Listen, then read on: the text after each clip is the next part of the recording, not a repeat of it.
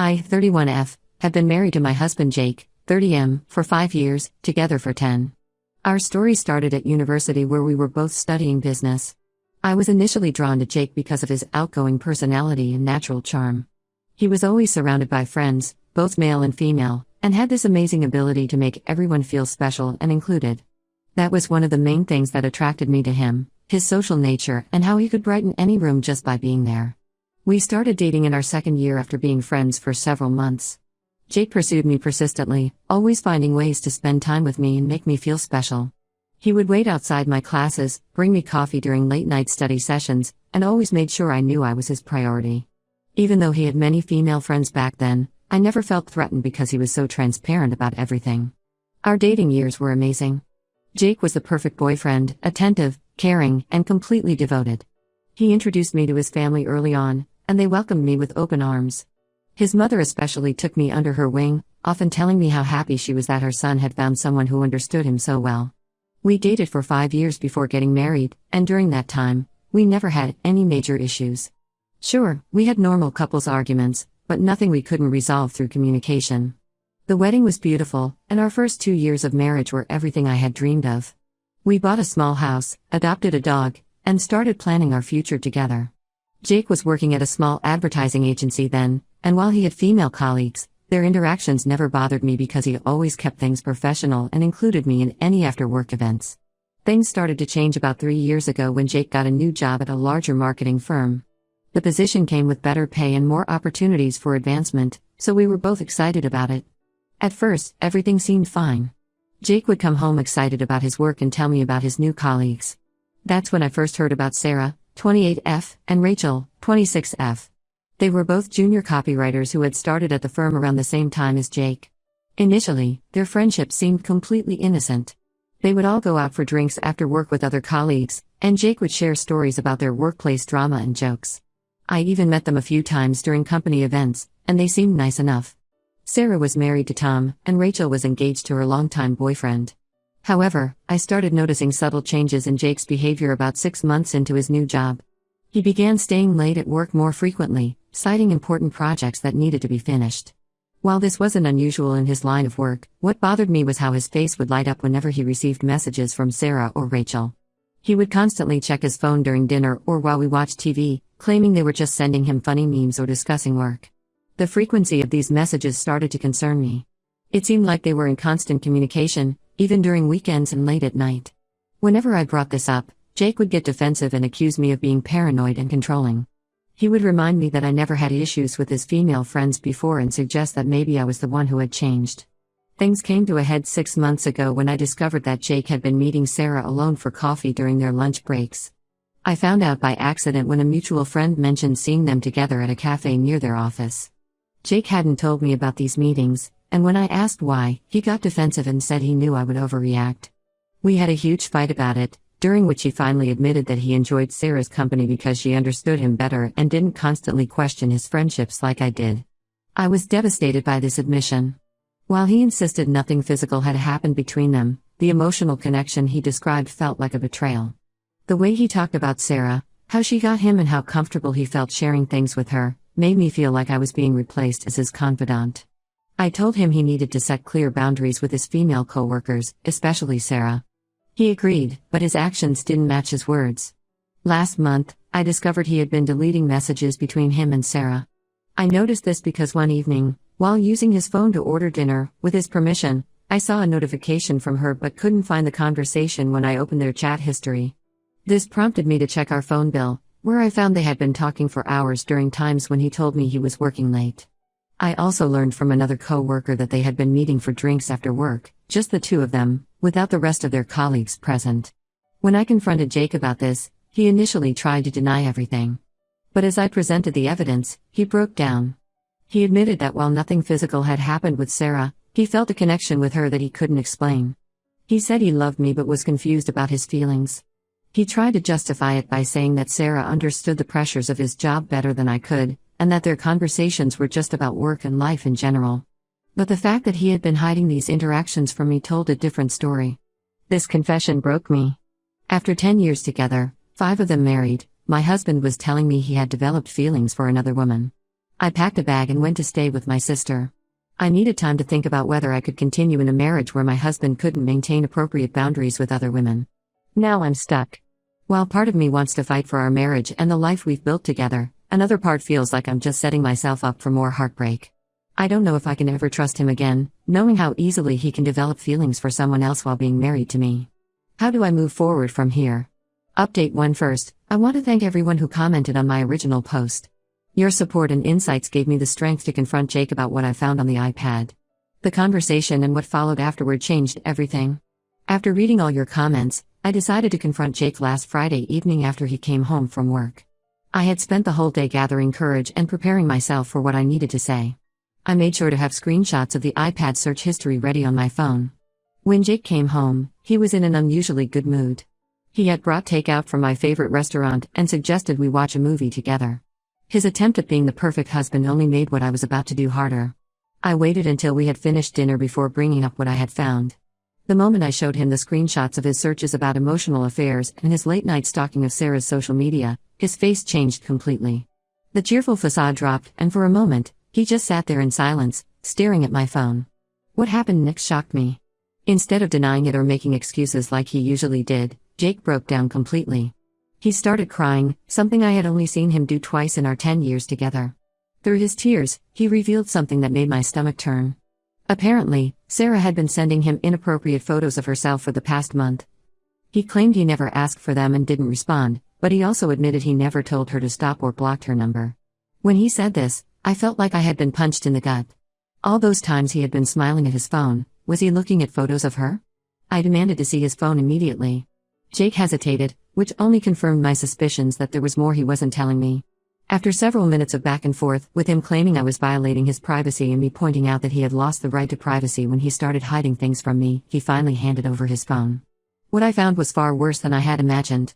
While he technically hadn't been sending inappropriate photos back to Sarah, their text conversations were extremely flirtatious and inappropriate for married people.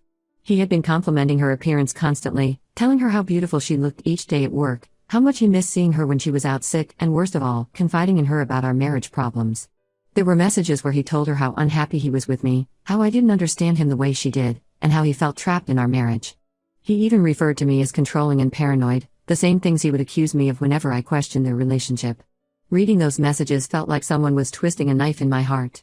When I confronted him about these messages, Jake's reaction made everything even worse. Instead of showing remorse, he tried to turn it around on me. He claimed I had pushed him away with my constant suspicion and that Sarah was just being a supportive friend during a difficult time. He said I was the one who had damaged our marriage with my paranoia and that if I hadn't been so controlling, he wouldn't have needed to confide in someone else. His attempts to blame me for his emotional affair made something snap inside me. Without telling him what I was doing, I took photos of their conversations on my phone and called Sarah's husband, Tom. Jake's reaction when he realized what I was doing was telling. He lunged for my phone, trying to stop me. He wasn't concerned about our marriage or my feelings, he was worried about Sarah. Tom was surprisingly calm when I told him everything. In fact, he thanked me. He revealed that he had suspected something was going on for months, but Sarah had been gaslighting him, using the same tactics Jake had used on me, calling him paranoid, controlling, and insecure. Tom told me Sarah had been staying late at work more often, going out with friends frequently, and being protective of her phone. It was like hearing my own story reflected back at me. After I hung up with Tom, Jake completely lost it. He spent the next several hours trying desperately to reach Sarah, calling and texting her repeatedly. He seemed more concerned about warning her that Tom knew than about fixing things with me. His behavior confirmed what I had suspected. His feelings for her were much deeper than he had admitted. I called my sister to come help me pack some things. I couldn't stay in the house watching my husband panic about another woman. While we were gathering my belongings, my sister found something in Jake's desk drawer, a handwritten letter from Sarah. The letter was like a punch to the gut. In it, Sarah detailed how she was planning to leave Tom and hoped Jake would find the courage to leave me too so they could be together. The letter was dated just 3 weeks ago, right around the time Jake had promised to cut contact with her. Now I'm staying at my sister's place. Jake keeps alternating between calling and texting to apologize and sending angry messages blaming me for ruining everything. Yesterday, his mother called me to tell me I was overreacting and that all men have female friends. She said I was throwing away a good marriage over nothing and that I needed to be more understanding of Jake's need for close friendships. I haven't responded to any of them. I'm trying to process everything that's happened and figure out my next steps. The Jake I thought I knew and loved seems like a stranger to me now. How could he betray my trust like this and then try to make it my fault?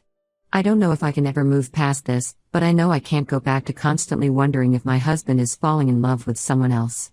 Update: 2 things have taken an unexpected and disturbing turn since my last update. A week after I posted my last update, Sarah's husband Tom reached out to me through Facebook. He wanted to meet and compare notes about what we both knew about Jake and Sarah's relationship.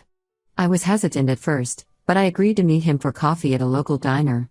What Tom revealed during our meeting made me realize that the emotional affair between Jake and Sarah went much deeper and had been going on longer than either of us knew. Tom had done some serious digging after our phone call. He had managed to recover deleted emails from their shared computer at home, and what he found was devastating. There were emails going back 6 months where Jake and Sarah had been planning to meet in hotels during supposed business trips that never actually existed. They had created elaborate covers for these planned meetings, fake conferences, client meetings, and team-building exercises.